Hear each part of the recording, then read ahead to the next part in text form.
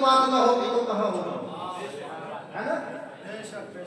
یہ مدرسے کا جلسہ ہے، یہ دارالعلوم کا جلسہ ہے، یہاں پڑھنے والے بھی علم والے، پڑھانے والے بھی علم والے، جو جام پلایا جاتا ہے وہ صرف خالی جام نہیں، کہیں قرآن کی محبت کا جام پلایا جاتا ہے، کہیں حدیث کی الفت کا جام پلایا جاتا ہے، کہیں ادب کا جام پلایا جاتا ہے، کہیں معرفت کا جام پلایا جاتا ہے۔ اس لیے کہ ادارہ صرف دال چاول اور چندے چٹکی کی بنیاد پر لوگوں میں متعارف نہیں ہوتے، بلکہ کوئی بھی ادارہ ہو اس کا سب سے پہلا مرکز اور محور ہے علم دین مصطفیٰ ہے۔ ادارہ علم پھیلانے کے لیے ہوتا ہے، اس لیے ادارہ کے اسٹیج سے بات ہوگی تو علم کی ہوگی، بات ہوگی تو عمل کی ہوگی۔ اگر اس کے برعکس اگر کوئی دوسرا نظریہ ادارے کے جلسے میں پیش کیا جاتا ہے تو یہ غلط ہے۔ والذین اوتوا العلم درجات، جس سے علم ملتا ہے اس سے عزت ملتی ہے، درجے ملتے ہیں۔ آج آپ خود اپنی نگاہوں سے دیکھیں گے سینکڑوں لوگوں کے بیچ گنے چنے 3 سے 4 بچے آئیں گے جن کے سر پہ دستار باندھی جائے گی، علماء کے ہاتھ، مشائخ کے ہاتھ۔ سوال یہ ہے سب تو آپ کے معاشرے کے بچے ہیں، سب کے کسی کے باپ ہے، کسی کی ماں ہے، کوئی ماں اور باپ کے بغیر نہیں ہے۔ ہر شخص کا کوئی نہ کوئی گارجین ہے اور ہر شخص سے محبت کرنے والے بھی ہیں۔ کوئی مال کی بنیاد پر مشہور ہے، کوئی جائیداد کی بنیاد پر شہرت رکھتا ہے، کوئی قابلیت کی بنیاد پر لوگوں میں جانا اور پہچانا جاتا ہے۔ وقار بھی ہے، شخصیت بھی ہے، رتبہ بھی ہے، سب کچھ ہے، لیکن کیا ہے کوئی کو مجال؟ ایک بندہ کھڑا ہو کہ امام صاحب میں مدرسے کو 10 لاکھ روپیہ دوں گا، میرے بیٹوں کو دستار باندھ دیجیے، کھڑا ہو جائے اور یہ کہے کہ میرے بیٹے کے سر پہ دستار بندی کر دے، میں آپ کے ادارے کو 10 لاکھ روپیہ دوں گا۔ مدرسہ چھوٹا ہو یا بڑا ہو، عالم بڑا ہو یا چھوٹا ہو، غریب ہو کہ معتبر ہو یا غیر معتبر ہو، کوئی بھی ہو، اس شرط کو وہ قبول نہیں کرے گا، اس بات کو وہ تسلیم نہیں کرے گا۔ وہ ڈنچے کی چوٹ پر یہ کہنے پر آمادہ ہوگا سیٹ صاحب آپ کے 10 لاکھ آپ کو مبارک ہو، میں مدرسے میں تعاون کے طور پر تو لے سکتا ہوں لیکن دستار بندی کے نام پہ نہیں لے سکتا، اس لیے کہ یہاں جلسہ ہے تو چندے کا جلسہ نہیں ہے، یہاں تو رتبہ اسی کو دیا جاتا ہے جس کے سینے میں علم رسول محفوظ ہوتا ہے، یہاں تو دستار اسی کو محفوظ۔ نعرہ رسالت، جشن دستار بندی، حضرت علامہ غلام احمد رضا صاحب قبلہ جدید، نعرہ تکبیر، نعرہ رسالت۔ علم کمال ہے، قرآن پڑھیے، علماء بیٹھے، انسان کو اشرف المخلوقات ہے۔ اللہ کی تمام تر مخلوقات میں سب سے بڑا رتبہ کس کا ہے؟ حضرت انسان کا ہے۔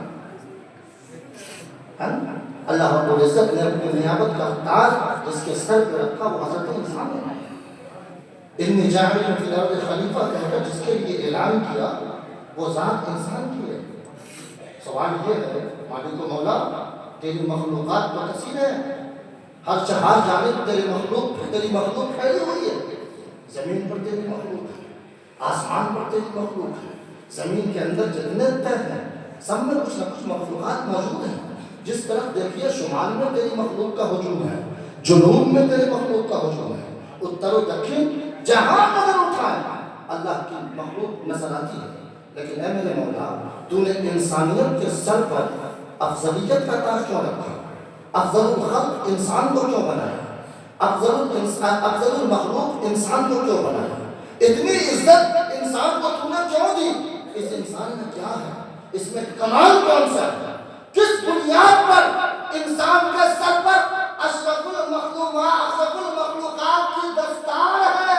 تو اللہ رب العزت کی بارگاہ سے آواز آئے گی، اے بندے میں نے انسان کو اشرف المخلوقات فقط روزی کی بنیاد پر نہیں بلکہ انسان کو اشرف المخلوقات بنایا ہے، تو علم کی بنیاد